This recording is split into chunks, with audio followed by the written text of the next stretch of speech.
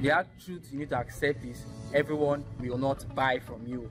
Everyone is not your customer, irrespective of how good your product or service is. If you watch till the end of this video, you will discover how to reduce the number of rejections you get and find the right people that are willing to pay for your products or services. And if you don't understand this, you will lose more sales and waste resources trying to sell to the wrong people, which is one of the common mistakes people make, trying to sell to everybody.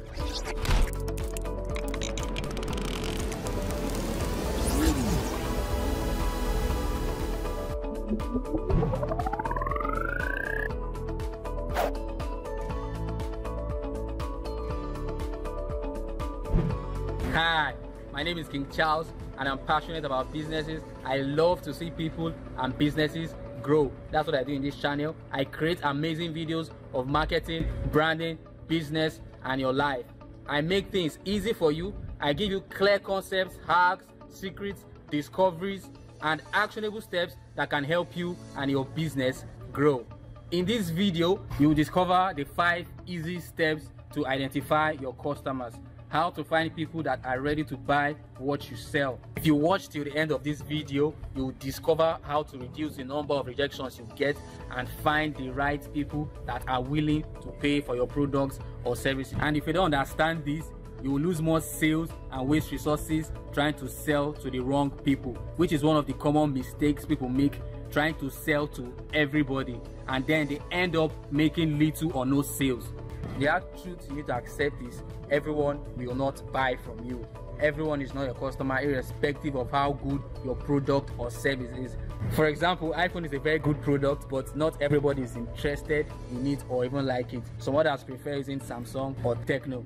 Also, there are people that don't like coffee. They prefer Bonvita, Milo, Lipton, and so on. So to reduce the number of rejections you get, you need to find people that are willing to buy from you. You need to identify your customers. Getting rejection is not something that is strange. It's bound to happen, and it's not what you can stop permanently, but you can reduce the amount or the number of rejections you get by identifying your customers, identifying the people that are ready to buy from you. If you follow these steps that I'm about to give you now, you will be able to differentiate between a desert and a forest.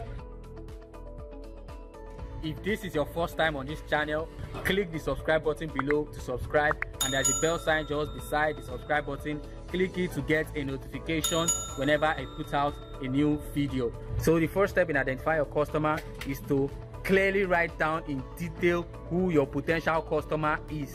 When you write things down, you get to understand it better. You get more ideas around it because you're bringing your ideas from the back of your mind to the front. So you're seeing everything that you're thinking about. You get to expand on it more.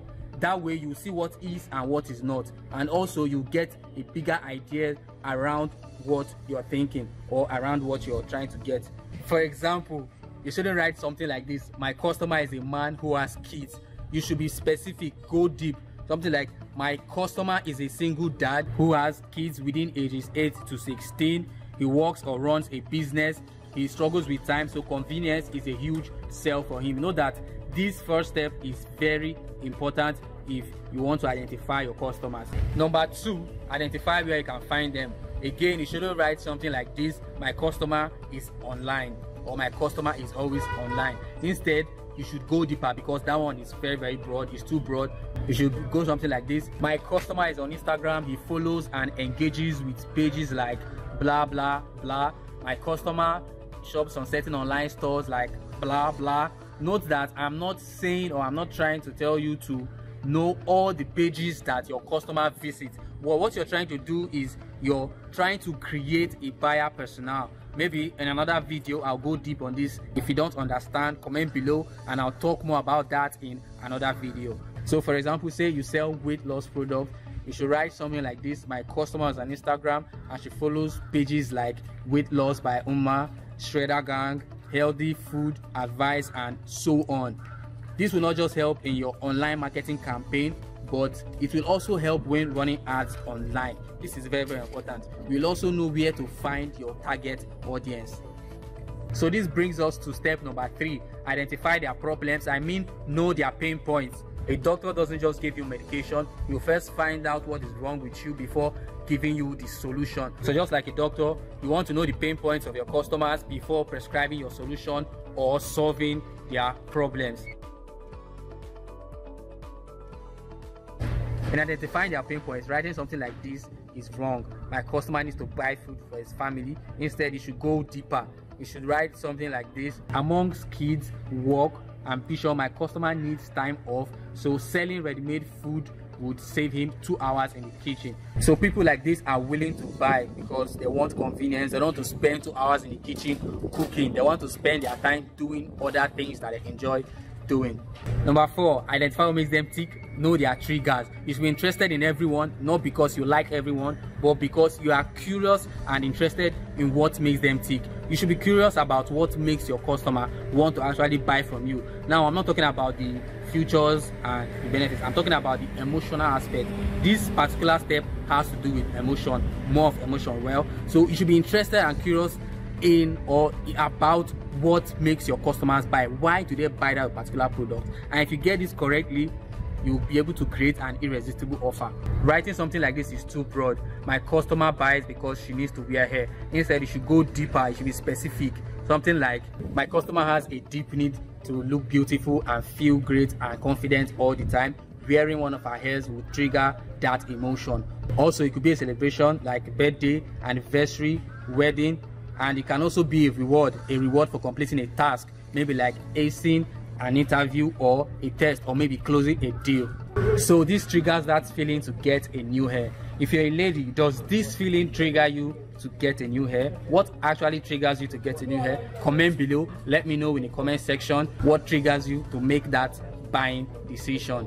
This step is very important, and it will come in handy when writing a copy for your online marketing campaign. You'll be able to see the emotions that trigger people to buy what you sell. So it's very good to know what triggers people to buy your product or service. That way you'll be able to create an irresistible offer for them. Number 5, identify their buying journey. This is the process prospects go through to become aware of, consider, and then make a buying decision. For example, you shouldn't write something like this: my customer buys her shoes online. That's too broad. You should go deep and be specific. Go straight to the point. You should do this: my customer begins her search on Google, then she visits the website, compares features, and then purchases. Or my customer makes her search on her favorite shoe bloggers page, then visits the recommended website, compares functionality, and then makes a purchase. This will help you identify their buying journey so you can position yourself properly and know where to find your customers. This is how you identify people that are ready to buy what you sell. Now, this is very important so that I don't end up wasting your time marketing or selling to the wrong people. Something like trying to sell a weight loss product like Slim Fit to me, or a woman that is slim, meanwhile her pain point problem is her hips. All she really wants is to get bigger hips. You see, you might end up getting rejection. She will reject you and or your product that you want to sell to her. So you need to identify those people that are ready to buy from you so that you don't end up wasting your resources and getting less results. In another video, I'll be going deep on how to create a customer avatar for your business. Thank you for watching to the end of this video. If you have any questions, tips, or anything you want to add, just leave it in the comment section below and I'll get back to you shortly. If you have not subscribed to this channel, please subscribe. Click the subscribe button below to subscribe, and there's a bell sign just beside the subscribe button. Click it to get a notification whenever I post a new video. Please do not forget to like and share this video.